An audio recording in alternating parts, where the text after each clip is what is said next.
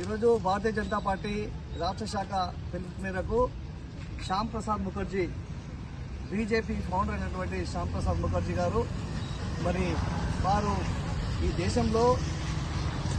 కాశ్మీర్ భారత్లో అంతర్భాగము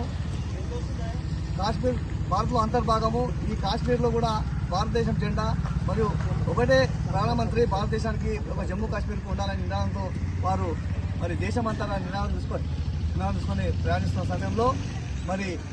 కొంత దుశ్చర్య వల్ల శ్యామ్ ప్రసాద్ ముఖర్జీ గారు మరి రైలు ప్రమాదంలో ఆ రోజు బలిదానం ఈ దేశం గురించి కావడం జరిగింది. మరి ఈ యొక్క విషయాన్ని శ్యామ్ ప్రసాద్ ముఖర్జీ యొక్క ఏదైతే నినాదం ఉందో ఏకీ దేశ్ ఏకీ నిశాన్ అనే నినాదం ఉందో అది ఈరోజు మరి ఆయన కళలు ఈరోజు నిజమవుతున్నాయి. నరేంద్ర మోడీ గారి నాయకత్వంలో మరి ఆయన యొక్క వర్ధంతి పురస్కరించుకొని వారం రోజులుగా రాష్ట్ర పార్టీ ఇచ్చిన పిలుపు మేరకు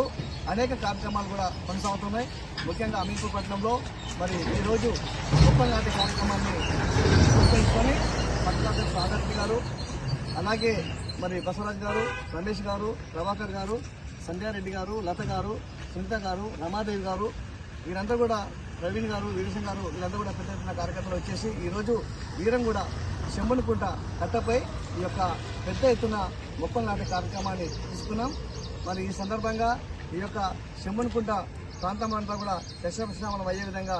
ఈ యొక్క మొక్కలు నాటే కార్యక్రమాన్ని తీసుకొని ఈరోజు విజయవంతంగా పూర్తి చేసినాం. ఈ యొక్క మొక్కల సంరక్షణ కూడా మరి చేస్తూ ఈ మొక్కల్ని ఖచ్చితంగా మంచిగా పెంచే విధంగా చర్యలు తీసుకుంటామని సందర్భంగా తెలియజేస్తాం.